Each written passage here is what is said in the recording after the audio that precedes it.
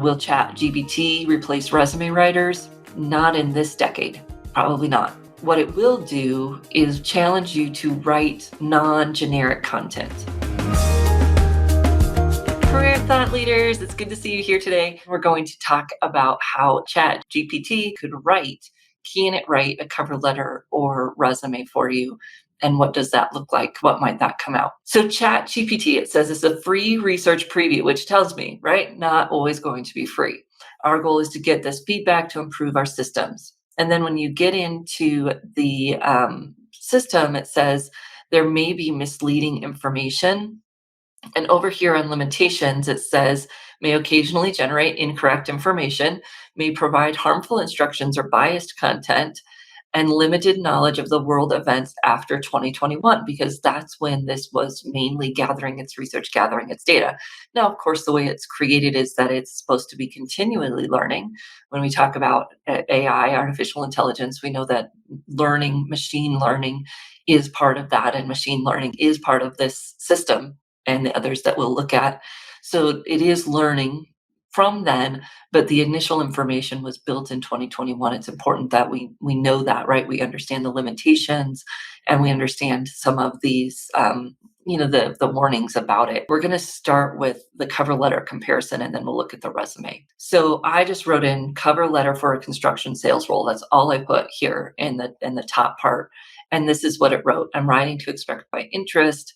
With a background in sales, I'm confident my skills and experience make me an excellent fit for this role. This sounds fine, right? Except we know that a generic cover letter today, not doing it. To the trash, to the recycling file.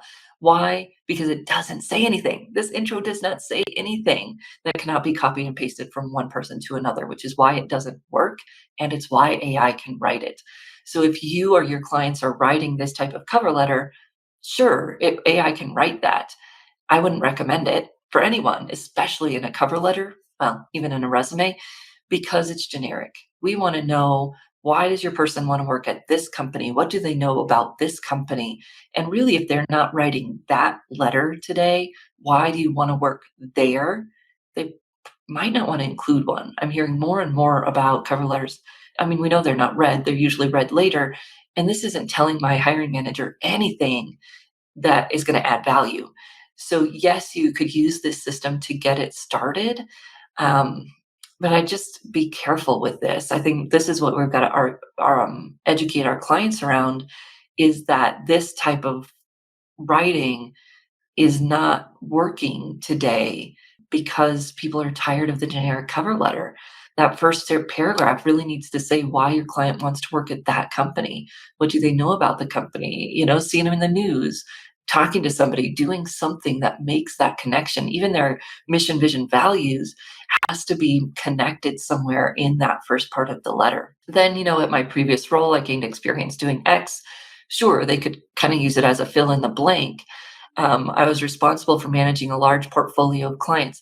This is where we go from generic to dangerous because it's assuming, right? It's assuming that our clients are managing a large portfolio, and that may not be true for our clients. And if they go, oh, yeah, I'm going to have this system write my letter, and then it doesn't really reflect them, it's not going to work. When we look at one, it might be helpful to get them started. Two, it's always going to be generic, and that's not going to work. So we'll have to help them get past that. And then three, when it puts in information, they have to make sure they double check that so that it's not wrong, right? So just be careful with these. It does give them an outline, but we could give them an outline, a fill in the blank, that would at least give a little bit better structure. And I know you're going to start seeing these on college campuses. So you're going to have to educate people how to turn this into something they would actually want to submit, how to make it more specific to them, more personal, and more specific to the company that they're targeting, because that's what a cover letter needs to be today. This one wanted me to put in some job skills. I copied this from a job ad, so you want to be careful about that. So construction sales, and then I copied this from the job description. Obviously, we'd want to make sure that's something we've actually done. And so it took what I copied from the job description and just put it into bullet points. Shorter, you get that I'm a salesperson 10 years of experience, it guessed. I didn't tell it that.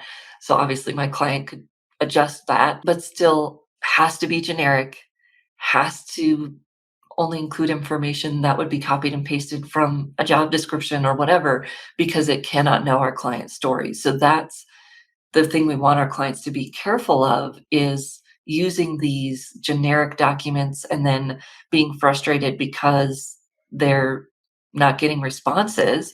Yes, it has the keywords, but it's generic. It doesn't say who you are. It doesn't say why you want to work there. So that's one thing we want to be careful of. And then also that it could make up information, and we want to make fact check that before we send it out. Okay, so resumes. Here is what ChatGPT does for a resume. So I typed into the chat sales resume template, and it says a sales resume. So it kind of writes an article. A sales resume should do this, and here's the sections of a resume. Stuff that I would say is a little outdated, I mean, it's close, but it's just a little bit too generic. And it puts the professional experience above the skills, which we know is outdated, right? You want to be careful of that. And then this is what it says for a resume template. So your name, your address, your phone number, a summary statement, and then your experience, and then the skills. So this is what it does for a template. It doesn't really write a resume for you. So I tried that at some point. So write a sales resume. One time I got an error when I did that. Yeah, it does the exact same thing. Objective. Ah, my eyes are burning. Oh, my eyes are burning. No objectives, please. No objectives. Oh, so here's the dangerous thing that it does. Exceeded sales targets and achieving a 200% increase in sales over a 6-month period. So it guesses, it makes things up. Not good, right? I mean, yes, good that it gives our clients some ideas of what to put, but not good that that's uh, tempting them into keeping things that may not be a great opportunity for them to do. So, not bad, right? I mean, we get some good starters here, but as a professional resume writer, probably not something you'll use. As a client, sure, but be careful. Please get rid of the objectives. Nobody cares why you want the job. They care what you can bring to the job. The other example was actually better. It said summary, right, where you summarize your best points. And then here, I don't know why I put in the objective. Not bad, right? But you've got accomplishments mixed with some duties, and a clean and organized store. I guess it's doing a store person. Yeah, it kind of assumed we're talking about retail sales, and we could try to be more specific and see what it would do with that. Not bad skills. References available upon request. I'll have to check and make sure they didn't do this in 2002 instead of 2021. Interesting that they've got an objective and a references available upon request in a 2021 system. But that's what you get. Yikes. I agree. Yikes. Um, yeah. So, yes, it's there. Could it be helpful to clients? Maybe they need some direction on this. And I'm still not sure it's any better than looking at a job description that's going to tell you what it wants, or looking at ONET, which is going to have similar statements to this. I'm up on, I don't know, the goods of it, like showing you what a good accomplishment bullet looks like. That's great. The bad of it, the objective, the references available upon request, the um, duties mixed with accomplishments, the skills at the bottom of the resume. So just some of those things that people need to be aware of, that it's not one, it can't write your bullets for you anyways. It doesn't have your stories. So it might give you some ideas of stories you need to come up with, but it can't write your stories for you. It can't write your accomplishments for you. It can't. It never, I don't know, maybe in 10, 15 years, I might be eating those words. You're still going to have to write your stories. You're still going to have to write your accomplishments. Some people say, oh, it's good because it then you don't have to start with a blank page. Maybe it gives you examples of some bullet points you could write. I don't know. I'm still not up there yet. So, the things I could see this could be helpful for: doing the research, getting started. Sure, if you want to type some things in there and you get it to write a few bullet points for you that you can jump off with, that's great. It can get you started. Just thinking about over the last few years, one, here's the thing. So if you're afraid of this taking your job as a resume writer, Jasper AI, Content Bot AI, Writer, those have all been around for a couple of years, right? The job demand for copywriters has grown significantly in that time. I'm seeing copywriter job advertisements everywhere. That's just something, especially in the marketing world, people are talking about nonstop. So if Jasper and Content Bot AI and Writer can't replace copywriters, and they write emails, they write sales pages, they can write all of that, and yet still the demand for copywriters has continued to increase. So will Chat GPT replace resume writers? Not in this decade. Probably not, right?